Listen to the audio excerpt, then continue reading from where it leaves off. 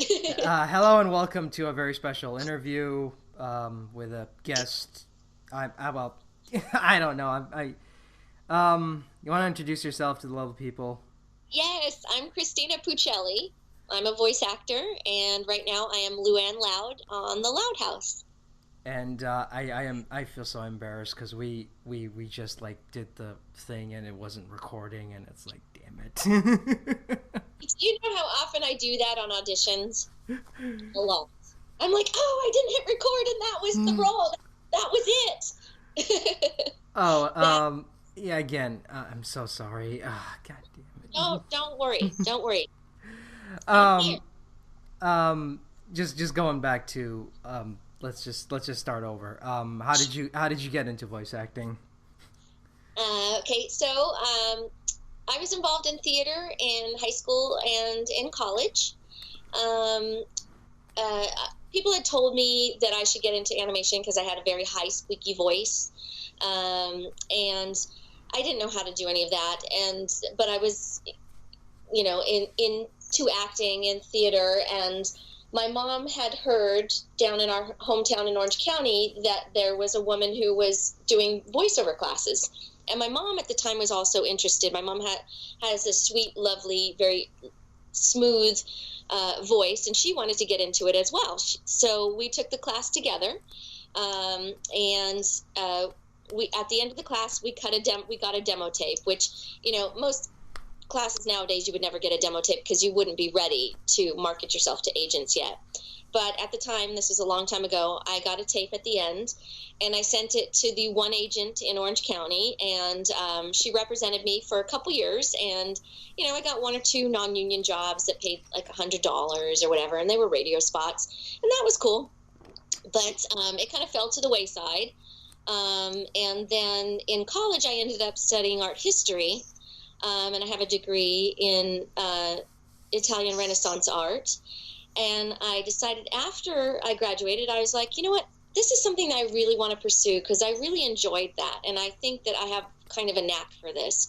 So after I graduated, I took all kinds of voiceover workshops. I took classes from Bob Bergen, Louise Chamis, Mary Lynn Wisner, Ginny McSwain. And I eventually cut a demo tape, which I didn't know, but was not very good. Because I had Bob Bergen, who was my animation teacher at the time, take a listen to it and tell me what he thought. And he was like, you need to change this. You need to fix this. I don't like the music here, blah, blah, blah, blah. So I was upset. I started to cry. And he said, look, Christina, this is my friend. His name is Bill Holmes. He works at Compost Production. He can help you. So I took my tape to Bill, and I spent some more money and some more time, and we fixed it, and I sent it out, and within a week I had an agent, and that agent is Arlene Thornton, and she took a chance on me because at the time I was non-union.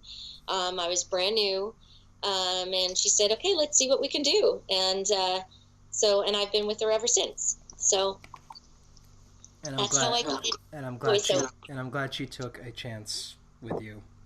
Otherwise, Oh, we wouldn't be here right now. right. I'm glad as well, Abdullah.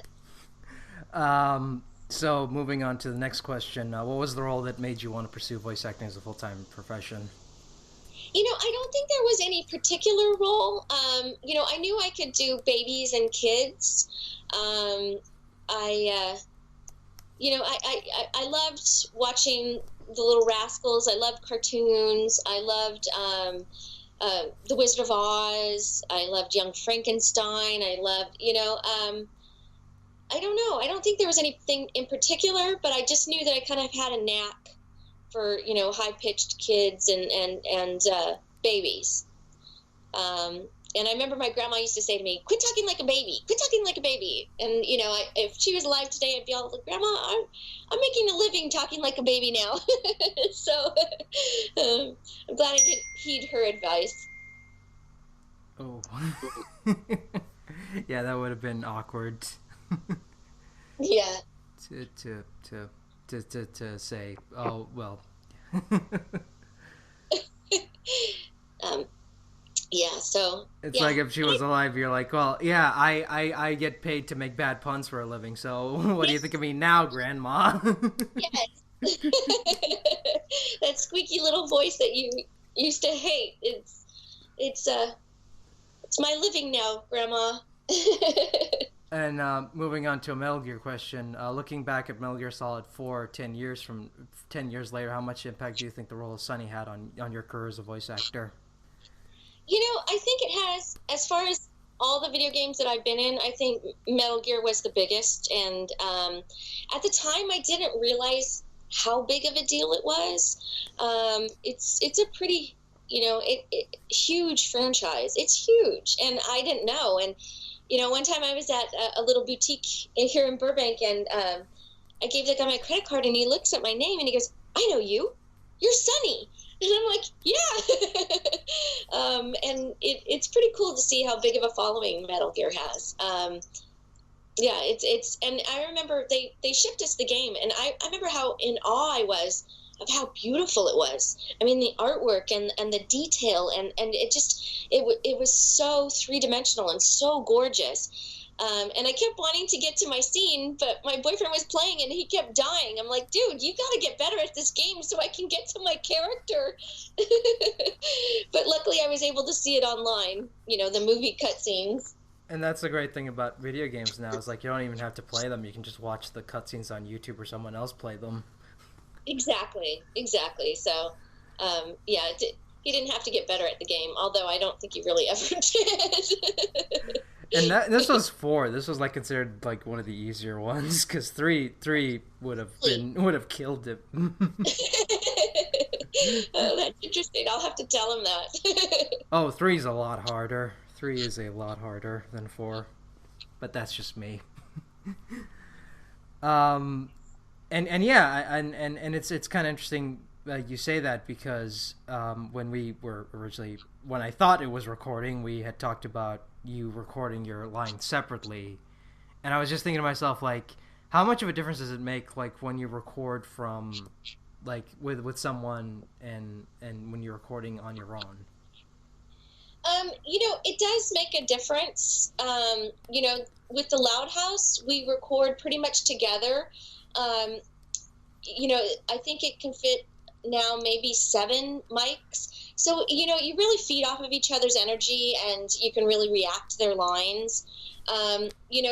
Nowadays, I'm going to go back to auditioning, but now most auditions are done at home. So I have a computer and I have an interface and I have a microphone. So you kind of have to provide that pre-life for yourself. You've got to, do these lines, they call it wild, without somebody else reading them. And so that really takes a lot of imagination. But it does help having somebody, the other actors there. And so with Metal Gear, I did read with Quentin. I think that was for Metal Gear Rising. Yeah, Metal Gear Rising Revengeance, which is the greatest title ever for any video game. And then I think for four, I did read with Jen Hale, and she's amazing, amazing. Well, most people know her as female Commander Shepard, but I'm like, she's been around before that, right? Yeah. But it does make a difference. It does.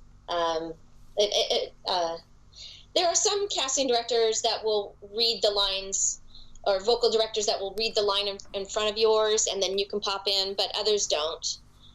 So you can't really count on that. So a lot of it's in your imagination. So. And moving on to going back to the Loud House. So, how did you get the role of Luna? Luan. I keep getting them mixed up. I don't know why. Everybody does. They all start with L, and they're pretty much almost all 4 letters. Yeah, I get Luan and Luna get mixed up the most because it's just two letters that are, exchanged. And they both start with LU. So there you go. Yes. So I was called in to Nickelodeon, and it was almost kind of like a general audition, but not really. They said, we want to hear your girl voices, and we want to hear them anywhere from a baby all the way up to teenager, toddlers and everything in between. And so I had just written down like one little line with various ages. And so there was a whole group of women that were there with the sign-in sheet. And so we go in separately and we do our thing. And then they said, okay, what we're going to do is we're going to have you go back into the waiting area. And then we're going to tell you what parts we want you to read for. So then they gave us a script. And so they had me read for, I think, Lucy and Luann. And I think for the twins. But I ended up getting Luann, and it was a short at the time, so it was part of their shorts program. And then, like maybe a year later, we found out it got picked up to pilot, so that means now it's a full episode, but it's still not a series yet. And then after we did the pilot, and it got picked up to series. So. And which one was the pilot? Because they unfortunately aired the episodes out of order. Yeah. So the very first one had to do with the bathroom, and it was a short. You might be able to see it online. Yeah. It's on the Nickelodeon YouTube channel. Yes. So that was the very first one. That was the short. The pilot. It might.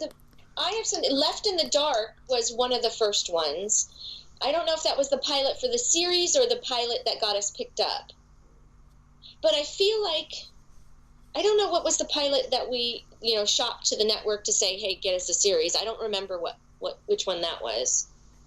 Because the first episode I remember that got released was A Tale of Two Tables and The Sweet Spot. Yes. So, yes, it was kind of weird because then I looked at the production numbers and they were like, oh, they're airing them out of order, and I hate that when networks do that. Yeah, it's funny too because they kind of switch stuff around all the time, and with the last rollout of new episodes, I mean they postponed them. But that comes out of New York. We don't really know anything about the programming, like when the premieres are going to come out. And sometimes the fans find out before I do. And I'm like, oh, cool. Okay, so a new episode is coming out, on the 20th. So then I'll make sure that I post, be sure to watch, Please watch. I need this. Yeah. And that was it. You just got the role, and that was it. You just went from there, right? Yes. He had told me at the time that one of the reasons I got Luann is because of my laugh and because I was vulnerable. And I thought, and what does that mean? Well, I think that she wants to. I don't know. Maybe she wants people to laugh or get her jokes, or that there might have been like a sadness. Because her character's really interesting because she's obviously the middle child and she's the annoying sibling.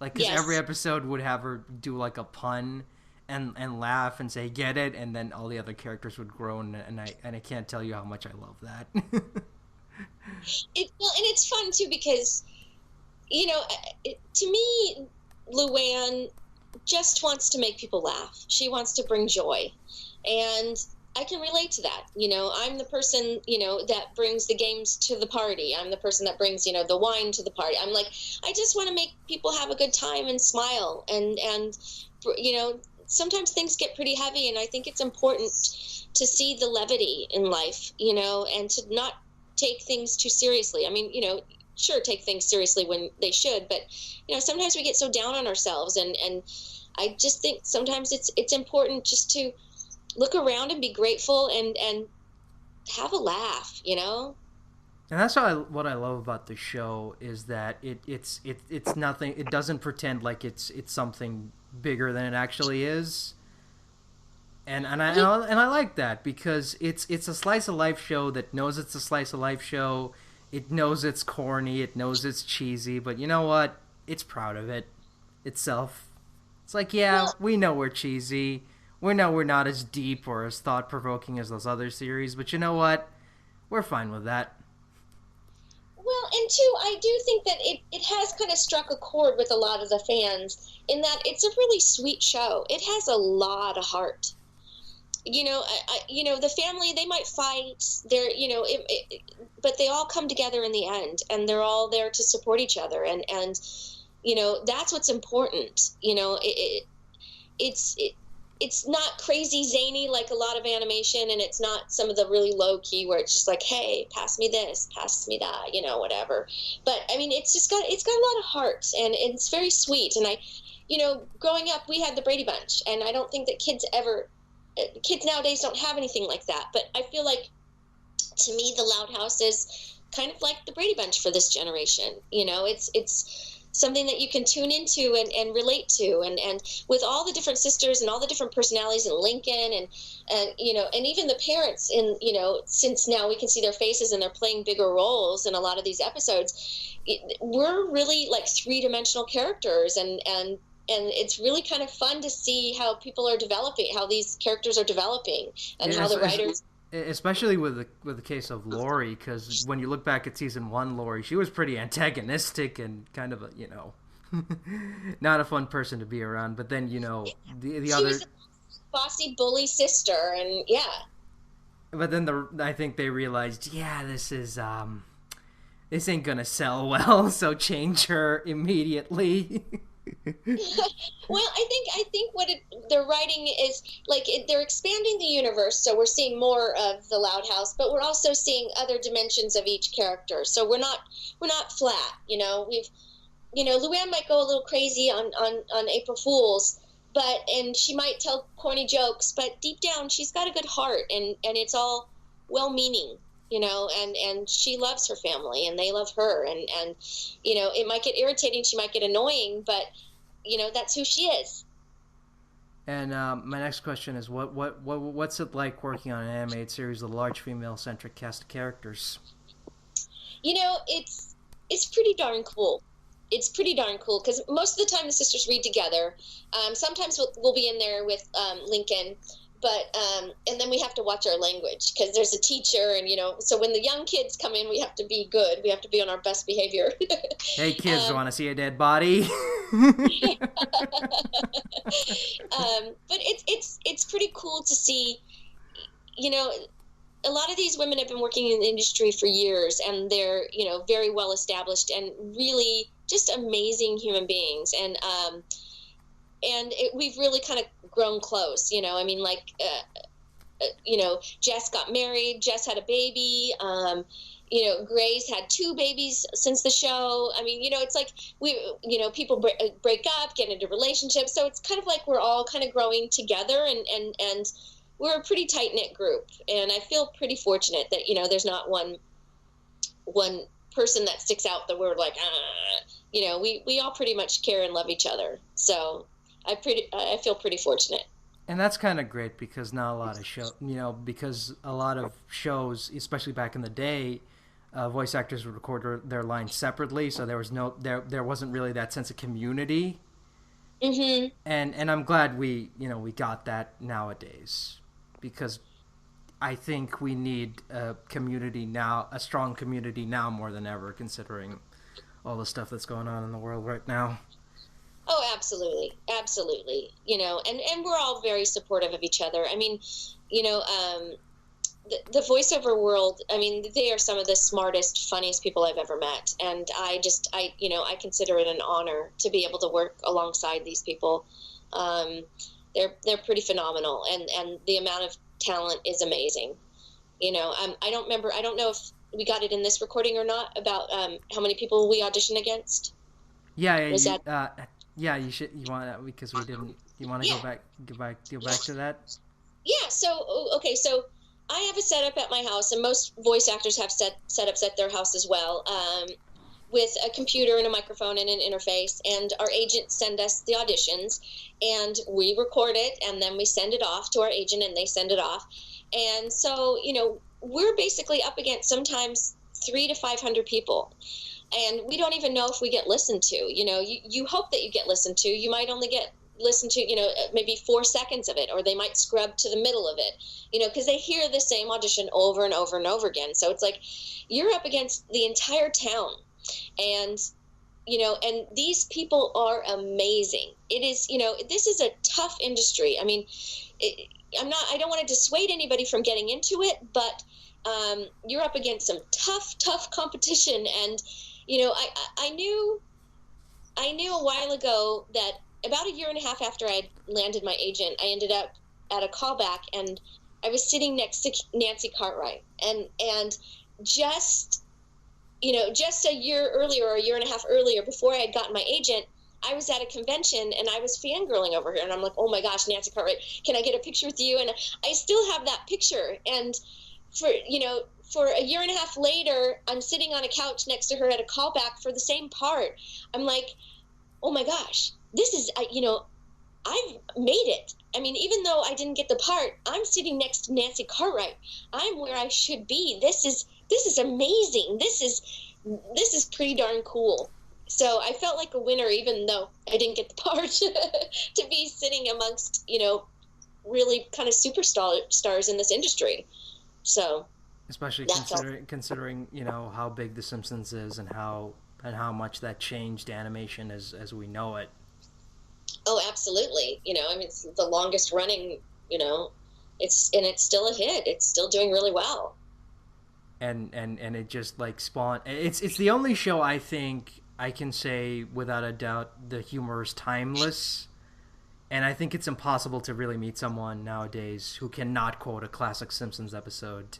I don't think that's possible, to meet someone who doesn't know what The Simpsons is and can't quote a classic Simpsons episode, because that's how much it's engulfed in our culture.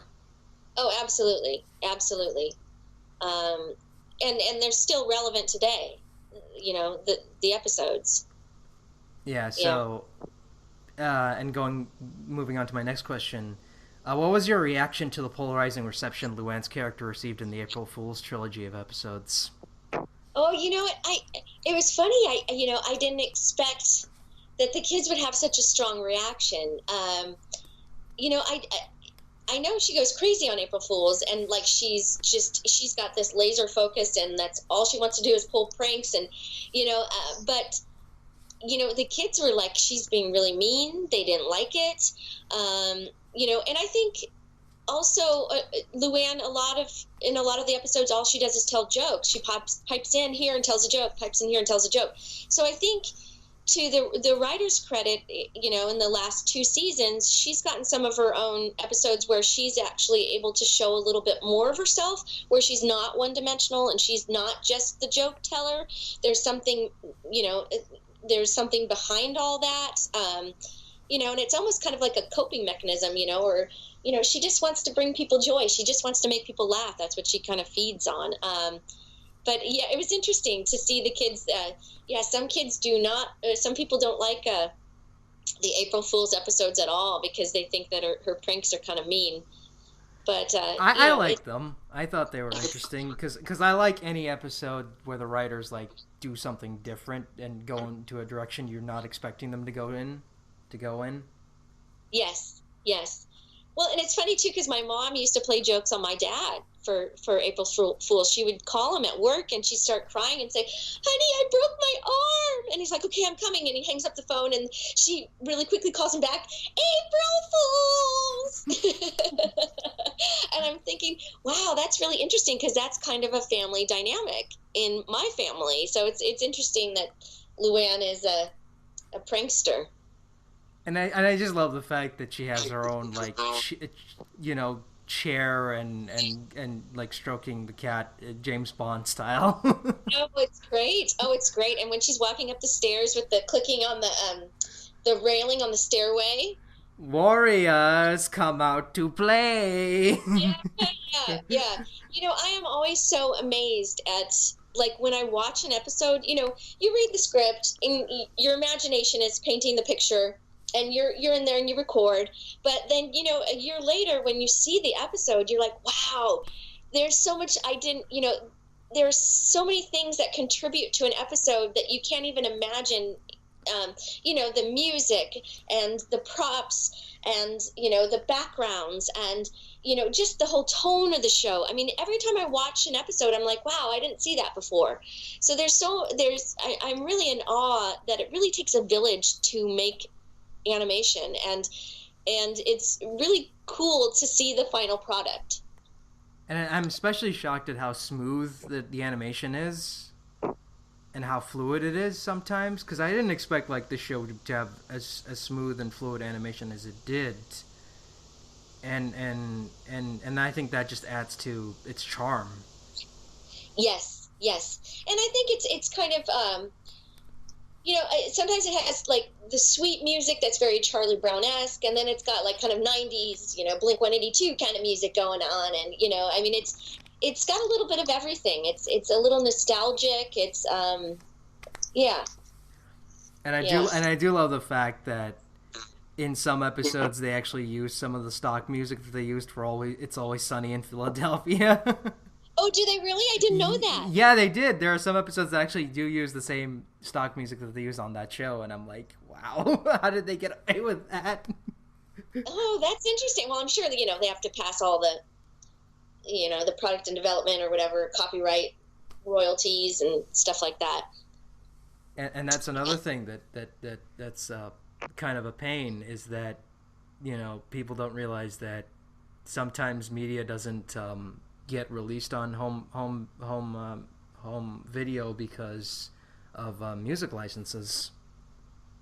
Oh, really? Yeah, sometimes like I think the Beavis and Butthead DVDs like omitted all the riffing on the music videos because they didn't pay the royalties for any of those songs or music videos. Oh, wow! You didn't notice? It was okay to air, but then when it came to releasing it on video, they didn't have the rights. Yeah, they couldn't pay those artists their royalty fees. Oh, that's interesting. Yeah.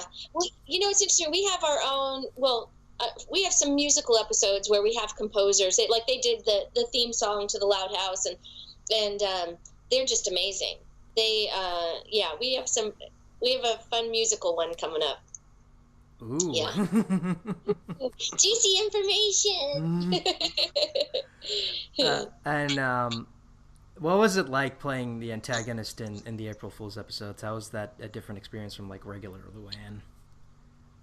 I got to go a little bit crazy, off kilter and just, psycho. They're like, we want this laugh to be really psycho. We want, she just, this is, so you have to give yourself permission to just go off the rails, it's, and it's kind of fun. It's fun, And I think we kind of saw that side to her when in the underwear episode where they were like, I bet you couldn't tell jokes, and then when she breaks, it's amazing. It's amazing. Her crazy eyes. Yeah. I love that episode so much because I also love Lola. Her makeup just kills me. I love that episode just because she's just like, she can't see a mirror, she can't look at herself, and her makeup just looks awful. I love it. And I love the logic behind the fact that Luna's like, oh, you can't talk with a British accent, and she's like, oh, I'll just talk with a Swedish accent, not my regular voice. I'm just gonna talk with a Swedish accent. Yeah. I just love that kind of logic because it's like, it's funny, it's absurdist, and it makes sense. It fits the character. Mhm. Mhm. And she's the coolest. Nika is the coolest, man. Oh God, she is. I'm a huge fan of hers, and we honestly don't deserve anyone as cool as her, to be quite honest. Yeah, she's super cool. I love and adore her. She plays poker. She wins a lot of poker tournaments and stuff. She's amazing. Like she's cool. Yeah. And what are your favorite puns and jokes that you did on the show as Luan? Oh gosh, because there are a lot. There are. There's one where I do a run, and I think it has to do with Sharon DeMonet, where the dad says that there's money hidden somewhere, and I think there's a run that I do where it's talking about like the beef, the cheddar, the bread, everything had to do with money. The lettuce. I don't know. That was a funny one. But I look up jokes all the time, for the show. The jokes and puns will be written in there, but sometimes we'll get to do a little walla in between. So we'll have the sisters fighting, or Lincoln walks in and the sisters are in the midst of doing whatever they do. Lori's on the phone, Luna's playing a song on her guitar, and Luann's making a joke or whatever. And so, I'll come up with jokes that might fit the episode, or but sometimes they all get mushed together, so you never hear anything. But I'm always on the kid joke websites. I I love bad dad jokes. They just make me laugh. And when I was younger, I was like, these are stupid. But now I love them. The worse they are, the better, the more I laugh. Yeah, especially it comes easier because you're working with moms, and moms make a lot of mom jokes, and if you say you don't, you are a liar. Dad's jokes too. Dad yes. jokes. I love that. Yeah. It's like, yeah. And how much of those puns or jokes were improvised, or was it all scripted? So most of them are written in. There was one time where Chris had said to me, he's like, remember that joke you used to tell about the birthdays? And I was like, oh, yeah. Let's see. What did the bald man say when he got a comb for his birthday? I'll never part with it. Get it? So he's like, yeah, say that one. So, every once in a while. So it's funny because I'll tell jokes in between takes. But some of them are dirty, so I can't tell them here. But, I like to tell a joke. There's one joke. Why don't blind people skydive? Why? Because it scares the dog. Get it? Get it? I'm a lot like Luan. You must get every time you go to a public event now, you must get a lot of people saying, "Can you do the laugh? Can you say get it?" I haven't done any conventions, so and that's what disappoints me. I'm like, oh, why don't you get her? We want Cristina. We want Cristina. Oh, and it would be a fantastic panel if you had all of the Loud sisters in Lincoln. That would be a great panel. So maybe it'll happen. It'll happen someday. Because I got jealous that my friend Tom, who usually does the show with me, got to meet Jessica at a convention last year, and I'm like, oh, you lucky dog. Yeah. Oh, she's so fantastic. I just adore her. It's funny because sometimes you audition for things and you go to the callbacks and you end up not booking the job, but then you wonder who booked the job, and then you hear it or you see it, a year later on TV. And I remember I had a callback for Maggie, the part of Maggie, that Disney show. Buzz on Maggie. Yes. And I had a callback for Maggie and for Pupert, and I didn't get it. But then when I heard and I saw the animation and I heard Jess, I was like, oh, she's amazing. I'm like, no wonder she got this.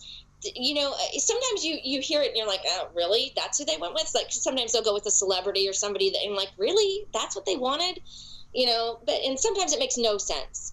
But sometimes you're like, wow, that I can see why they cast that person.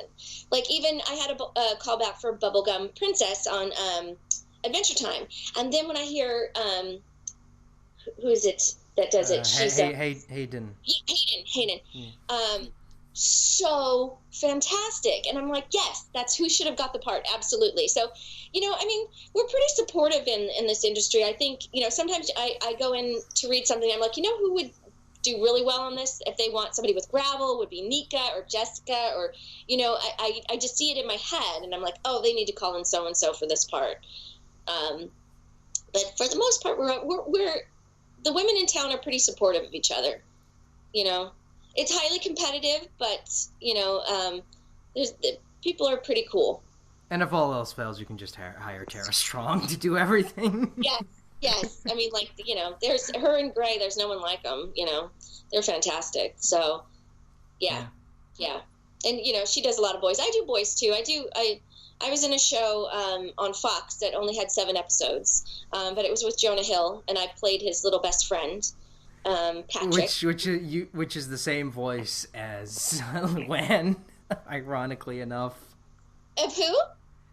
Same voice as Luan. Like it sounds the same. Patrick and Luan. Oh, you think it sounds a little the same? He's a little bit younger. He's like, "Hi, I'm Patrick. Want to have lunch with us?" So he's a little more innocent, a little, yeah. But it's coming out of me, so it's my instrument. So yeah, there'll be similarities for sure. I just think it's kind of weird going back on that show and listening to that and like, oh yeah, she was on Alan Gregory. That's yeah. So that was a thrill. Moving on to, I think a question I really wanted to ask was, Head Poet's Anxiety is considered one of the greatest episodes of the entire series. What was it like recording that episode, and how much impact did it have on you? That episode, I actually cried when I read the script, because it's such a sweet, lovely script, and I'm the baby of 5, and I have brothers and sisters who are all very supportive of me, and we all have our own thing. My sister's an engineer, and she used to take ballet, and she was a ballerina or whatever, but it's important to have the support of your family, and and we all have dreams, and it's like, and we all want to help each other, and it was very sweet, and I felt the heartbreak of Luan, because being an actor, you feel rejection, or you feel other people making their dreams come true while you're waiting on the sidelines. So I could relate to that. But it's a really sweet episode, and I loved working with Jess, and yeah, I think it showed a whole nother side to Luan, and there is this comedy tragedy kind of thing with her, and they're painting her a much more three-dimensional, and I just the last scene, it's very sweet. I love to watch it, where Lucy is reciting the poem up there on stage to her sister. Yeah. And I think especially, I think that hit hard for me as well, because it aired during a time where I was going through a lot of personal stuff, and just seeing something so sweet and innocent like that and heartwarming, it's just like, wow. Yeah. It's sometimes, especially with everything that's going on in the world today, it's hard not to get weighed down. Every day you wake up and you're like, okay, what's happening now? So as it's important to be to realize the beauty and the joy in the world, and that there is goodness, and there are good people, and there are people who care, and that's what we need more of in this world. And yeah, and if that episode touched people, I'm very glad, because it touched me as well. So I'm glad to hear that, Abdullah. And what's interesting is that, unlike other episodes, it's mostly just you and Jess doing most of the dialogue. And yes. I think that is just so interesting, that only to tell, an 11-minute story and have it be consistent and heartwarming and sad all with just 2 people. Mm-hmm. It just goes to show you like how underrated voice acting is as a profession, because I don't think I've ever heard a more convincing performance from like live action stuff nowadays, because like you look at live action stuff nowadays and it's like, yeah, I can tell this is like heavily scripted, and this actor isn't giving it their all, and this actor looks bored. But with voice acting, you can tell how much emotion someone's putting in, or with just their voice, and I think that's amazing. Yes, and a lot of people have trouble, when they're moving. Like a lot of celebrities are doing voiceover now, and 90% of it is acting. So they're actors, but it does take a special skill, and it's a lot different than being on camera, because being on camera, it'll pick up one little look, but a microphone does not. So you have to convey that over a microphone. So it takes a different skill, and but it is definitely acting, because it's still got to be truthful. you know, and it's got to tell a story and evoke emotion, and it's still got to be real, even though. Especially with the character of Lucy, who always has like a monotone voice at all times, despite whatever emotion she's showing. Yes, yes. So it's the flatter the better. And it's interesting when here's a little tidbit. Okay, when we first did the pilot or the short and then the pilot, there was no Lisa in any of those episodes. So Lisa was brought on later. And when Lisa was brought on, they were like, we want her flat, we want her boring, we want her all monotone. But it was interesting because both her and Lucy both had the same kind of direction. But now Lisa's been able to go off a little bit more and get more animated and has a wider range of emotions. So, and which I think plays well. Let Lucy be the deadpan one because she's the goth. Sigh. I love when she says gasp. Everybody else, we go around the room and everybody's like, and we all do our gasp, and then it comes to her and she's like, gasp. And what's amazing is that Jessica can record like both her lines as Lynn and Lucy in separate in one take. Yes. Which is amazing. Yes, a lot of that's a special skill. A lot of voice actors do that. Like, and I have a episode coming up where it's mostly me and Mr. Coconuts, and like we're having conversations back and forth, and so that takes a special skill to be able to move from one character to another. But that's how you know when you're really ready. I mean, if you can switch characters while you're reading the newspaper and do it in character, I mean, you got to know that these characters inside and out. You've got to be able to breathe like them. You've got to be able to laugh like them. You've got to be able to sigh like them. I mean, it's not just a funny voice. You've got to paint a well-rounded picture and have them down. Because, you should never do a voice that you can't reproduce for 26 episodes. You should never do anything that hurts. You've got to be consistent, and you've got to have it down pat, because if you get booked the lead on a show and you get in the booth and you can't reproduce what you did in that audition, you're in trouble, and some people are going to be a little bit mad. Moving on to, sorry, we got sidetracked. Sorry. Okay. Are you shocked at how much of an impact the Loud House has had on people? I'm thrilled. I am absolutely thrilled. I see. I try to interact with the fans on Twitter and on Instagram. I also have a Facebook page. I have my personal Facebook page, but then I also have a professional one. But more the fans are on Twitter and Instagram. But I love communicating with them, and I love hearing their responses to the episodes. And when kids like, I'm worried because the kids are fighting and brawl in the family, and I'm like, don't worry, we'll all come together, we'll figure it out. Fight, we'll all fight, but we'll all figure it out, and everything will be okay, because we love each other and we support each other, even though we have differences, even though we're aggravated and frustrated and mad. But we let those emotions go, and we come back together, and we're still a strong unit. And I really think this show is important. I'm so glad that it's resonating with the fans. Especially, I told you this before we were recording it, but I said like I'm someone who suffers from, depression, and I can't tell you how much this show has gotten me through the tough times in my life, especially this year when I went through so much personal anguish. And I just like watching this show. I don't know what it is, but it when I watch it just, I feel like my cares and troubles just don't matter anymore. Like, I can escape for 22 minutes and just watch something, comfy, as they say.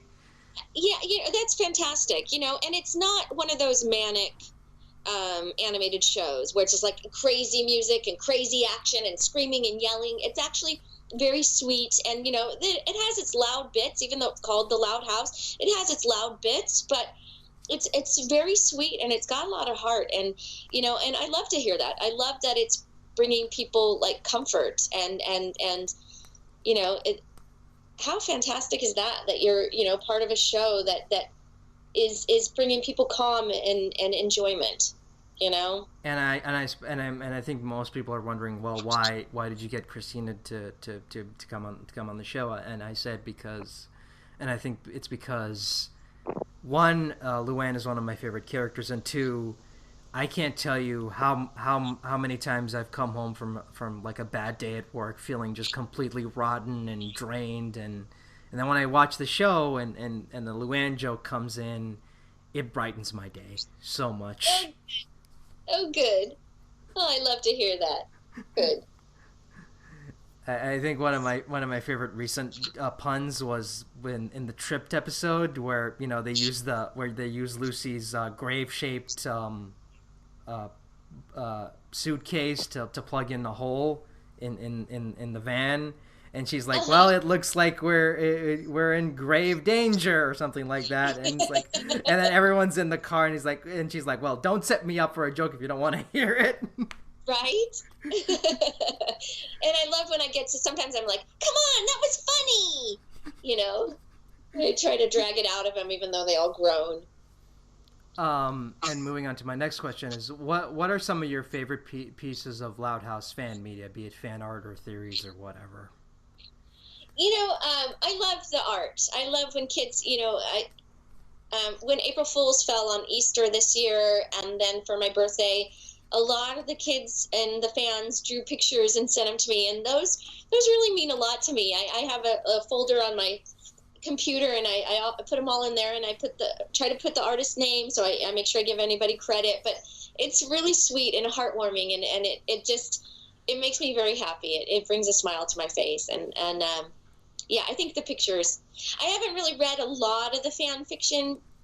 I really don't have a lot of time, but yeah, that's pretty cool too. I love to see that people have ideas and that we're actually, spurring people's imagination to be able to tell their own stories, I just love the theory when the rabbit episode aired. I just love the theory someone came up with where it's like, well, everyone knows the rabbit universe is the real universe, and when Lincoln got clogged to the head in that episode, he woke up from his dream, which was the Loud House. Yes, yes. Well, and that's interesting because when Chris Savino really first pitched the show, they were rabbits, and there were 25. Yep, that was the pitch. Yeah, and so they said, you know what? No, make them human. And so he followed their advice, and then we got the Loud House. So I'm glad he followed their advice. And that's one of the few cases where, meddling from the executives kind of helped the show more than hurt it. Yeah, yeah. Sometimes they don't know what they're doing, but yeah, that time I think definitely helped it. And moving on to probably one of the most controversial questions I'm going to ask on this show, but if I didn't, a lot of people are going to get mad either way. But damned if you do, damned if you don't. How do you personally feel about the Luagi ship? Oh, I found it interesting. Oh, you're going to hear my cat in the background. It's interesting because I never saw that. I didn't even think about that even after we recorded the show, and then a year later I watch it. I never even thought about that. And then to see people pair them together, I thought it was cute. But it's interesting because that was in the first season, and then in the second season we have L is for Love, which is the Luna episode where that's the love note, and she puts it in a little girl's locker, and it's like, so it's interesting that the fans had a heads up on kind of a relationship that might have been bi or but it wasn't me, it was my other sister. So but yeah, it's interesting nowadays. It's a different time than when I grew up, and I think it's fantastic. I think that kids are open and supportive, and it's different. I don't think I'm glad that people are not, it still goes on, but are not chastised or made fun of or feel that they can't be themselves, or even if they have a relationship with either they're gay or trans or bi or whatever. I think and the fact that Clyde has two dads, is controversial. I think, I don't know, a million moms, said, they don't want families to watch our show because of that. And, and even probably because of that episode, the L is for Love. But, that's a fact of life. There are people who, are gay and have two dads or two moms or whatever. And it's like, it doesn't mean that those two dads don't love their child and don't send them off to a sleepover with their humidifier and their allergy pills and whatever, I mean, like, we're all doing the best we can. And I think it's important to include all parts of society. And, I think that the Loud House is kind of groundbreaking in that way. I know that there are a few other shows that have gay characters as well, or are pushing the envelope. But yeah, I think it's important for people to see representation, minorities, whatever. I think that Loud House has done it in a very great way, in that there's no fanfare over it. It just is what it is, and it's lovely. And I think that's how you should do it. You don't make a big deal out of it. You don't, create a whole controversy around it. You're just like, well, that's who they are, and we move on. Absolutely. Yeah. So, yeah, I'm really proud of our show. And, yeah, we were nominated for a couple GLAAD awards. So yeah, I'm really proud of our show, that we're inclusive that way. I just thought I would ask that question because it was, interesting. That was a part of Luan's character I found interesting. Well, it's so funny too, and Kari Wahlgren plays that part, and I adore Kari. She's yeah, she's very cool. Yeah. And she was great. She's a great Starfire as well. Oh, that's right. Yes, that's right. Yeah. Oh no, I love Kari. I mean, there are just so many remarkable women in this industry, and yeah, it's a big love fest. You got one or two, that are, I don't know, but yeah, for the most part, amazing. Yeah. And speaking of women, do you have any funny Loud House cast or crew stories? Oh,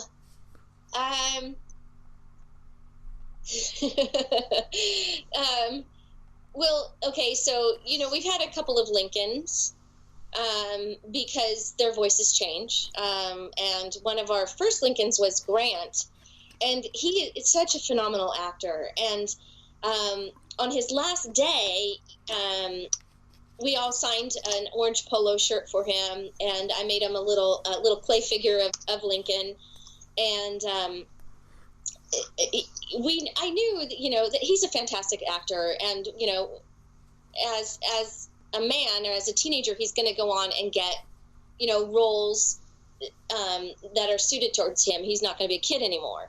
But I came out and I'm like, oh, now you're going to get man parts. And everybody just stopped and looked at me, and I started to laugh, like, oh, man parts. Oh, that's not what I meant. No.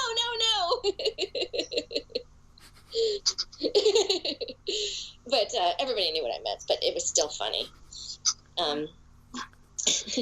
Because their voice changes. So that's the beauty of hiring women to do boys' voices, that you don't have to worry about that.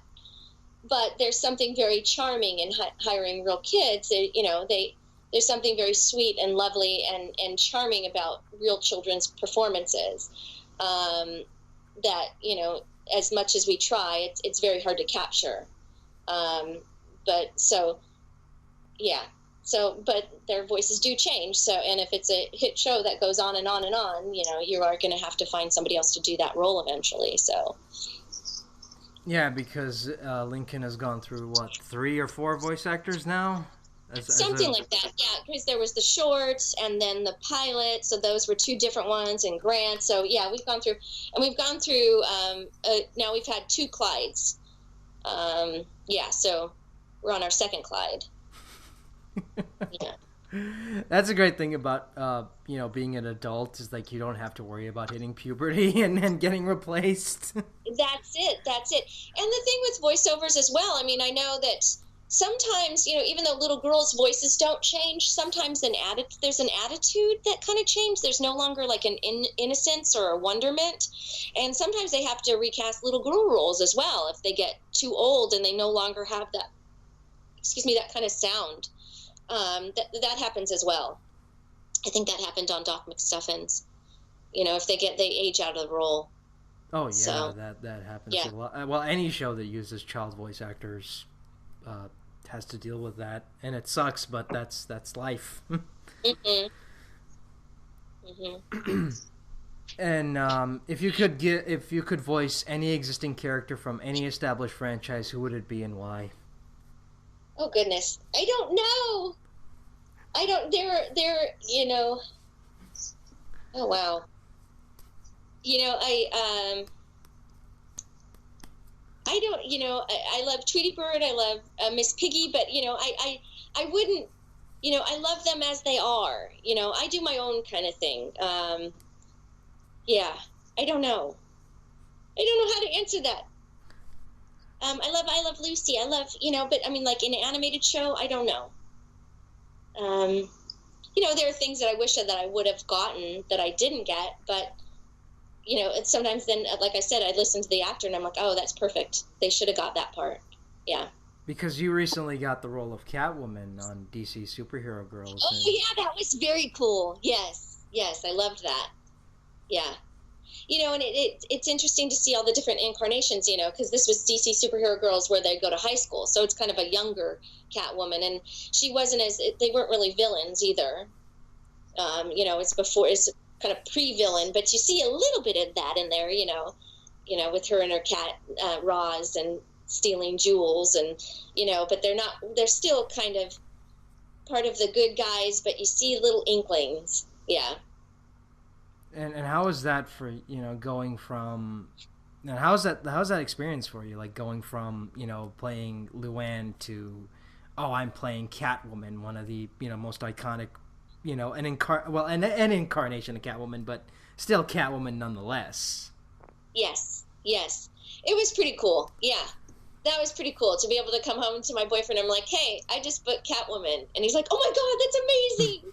Yeah. So that was pretty cool.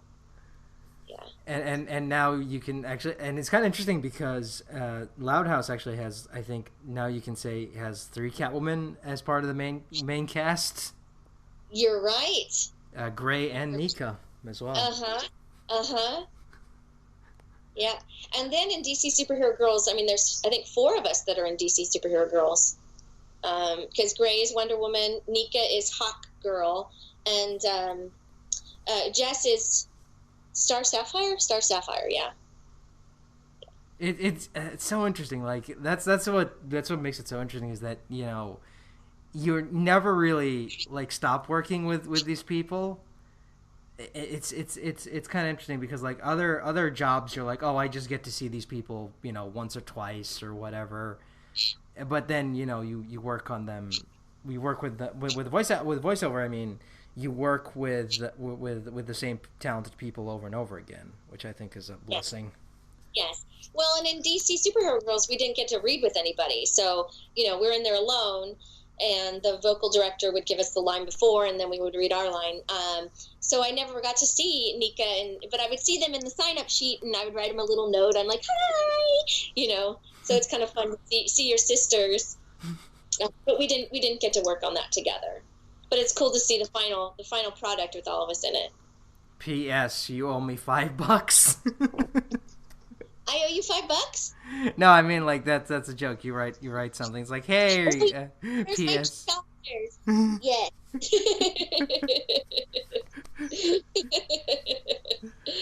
I do. There are things that I like. I'd love to voice more old ladies, fun, kooky characters. And I get to spread my wings a little bit in the Loud House.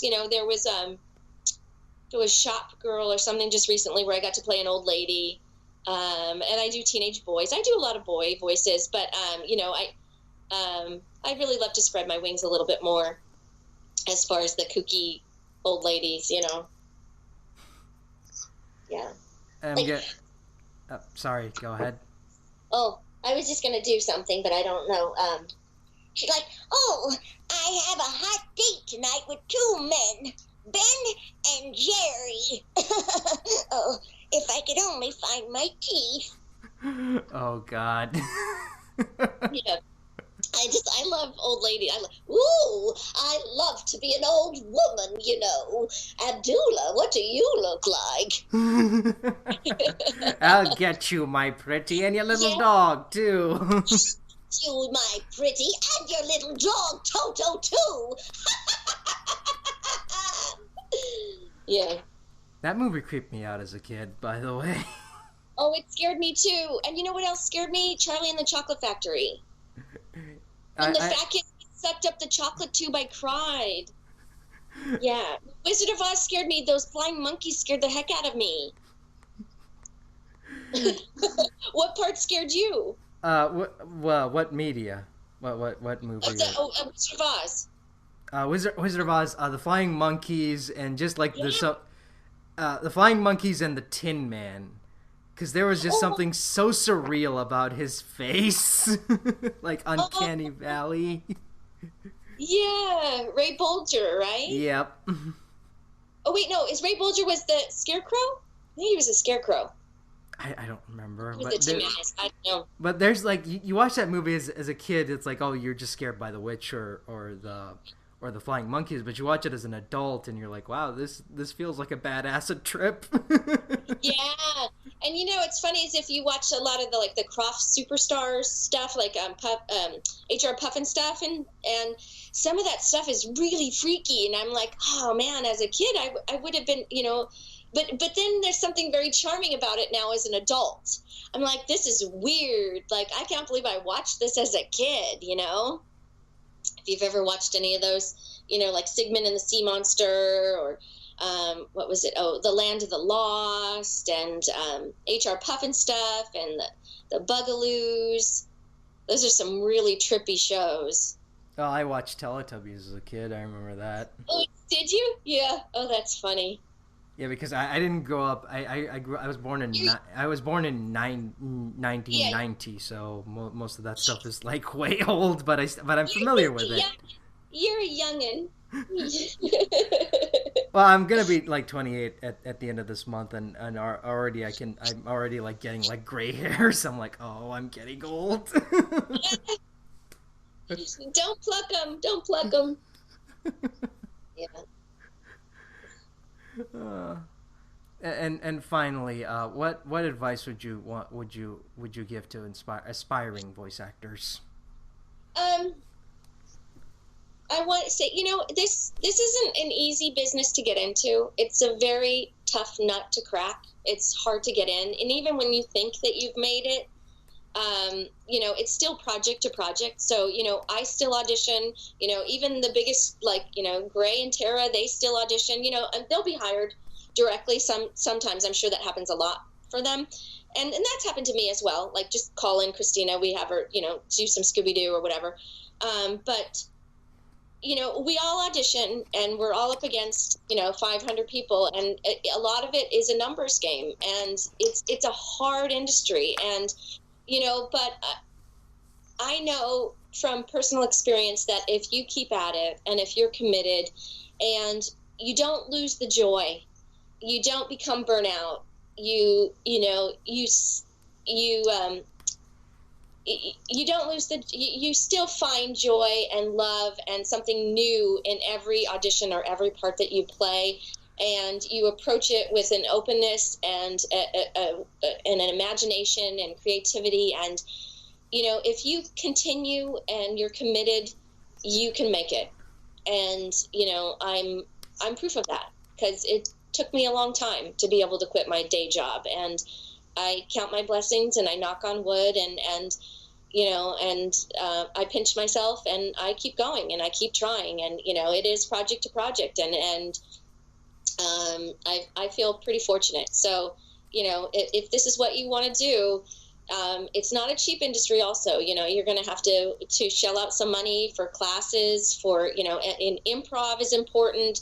Acting classes are important. You know, there's a lot of people that come and they say, oh, I've been told I should do voiceovers because I have this great voice, or I have, you know, they have these dreamy voices or whatever. But it's like, if you don't know how to pick up a piece of paper and make that character come to life, or if you don't know how to pick up some copy and it's a commercial copy and you don't know what you're selling, the who, what, where, when, why. And I mean, 90% of it's acting. Only 10% of it is voice, you know? So you've got to have both. And so taking acting classes, taking improv classes, taking voiceover classes, and, you're going to have to shell out money for a good demo. And, I'm proof of that. You want to be competitive and you want to show what you can do, and it takes work. It takes work and commitment, and I'm living proof that you can make it, and keep at it. Keep at it. That's what I have to say. And that's what's so great about your story, is that you started out, you didn't hit it big until like you were at the age you are now. And Mm-hmm. I was like shocked. I'm like, wow, she's that old?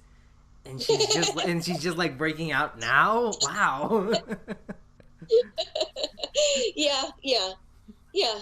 And I do kids. It's like, it's funny because I don't get hired to do my own voice. Like I could, I technically should be, a mom. I could be, but I get hired for boys and babies and teenagers. But I'll take it. I'll take every bit of it. And don't stop learning. I love to watch new things. I listen to everyone. I imitate people. And imitate people. That's where a lot of characters come from. Sometimes impressions. You'll do an impression of something and it might be terrible, but you might find a new character from that. It might be a terrible impression, and nobody has to know who that original impression was. If a new character spawned from that, that's terrific. But yeah, I'm currently taking singing classes. I've never taken singing classes, and I'm having a ball. I was very nervous and scared. It's interesting because I've done theater. I act. I'm in front of people all the time, but singing is a different kind of vulnerability, and singing in character is one thing, but singing as myself is a little bit naked and scary, and I'm doing it, and I'm thrilled. So yeah, don't ever stop learning. Listen to everything. Just take it all in. Be a sponge. There's so much. There's just so much out there. Yeah. And finally, can you give us any updates on current Loud House episodes or projects that we're currently working on? So we're gonna in I think next week we're gonna record a new podcast, because have you heard some of the podcasts that we've done as well? Oh yeah, I heard the one with all the ladies. It was just breathtakingly beautiful. Yeah, and then we're also doing, I think it's called Listen Out Loud. Yes. Yes. Yes. So where each character kind of is highlighted, and so I had a Luan one teaching people how to prank. I think Lola did one about gossiping. I think everybody's got one. So, in the next week we're going to record another one. Right now we're on a little bit of a break, and then you heard that the Casa Grandes got picked up. Yes. Yes, so that's a big deal. But they're also going to take some of our episodes of season 4. So they're gonna have like a story arc in season 4. So we haven't started recording that yet. And then I think that there's going to be some new episodes this month in front of the Kids' Choice Sports Awards. I don't know if I said that, sports. Yeah. I think there's going to be a new Loud House episode premiering. And we have a musical one coming up, but I don't know when that one is, and I'm excited about that one.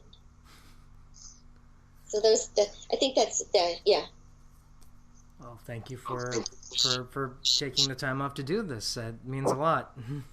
Oh, you're welcome, Abdullah. You're very welcome. Thank you for watching and supporting the show. I tell the fans, it's I try to interact with them. Sometimes I don't see everything, and sometimes I may not comment on everything, but I try to Loud House related stuff, and we appreciate all the fans. We wouldn't be here without you, and like the fans, I think this is a pretty special show. So I'm kind of a fan of the show myself. So thank you for watching, and thank you for appreciating what we're doing, because it means a lot to us. So thanks for listening, and we'll see you all later. Say bye, Cristina. Bye. Thanks for listening.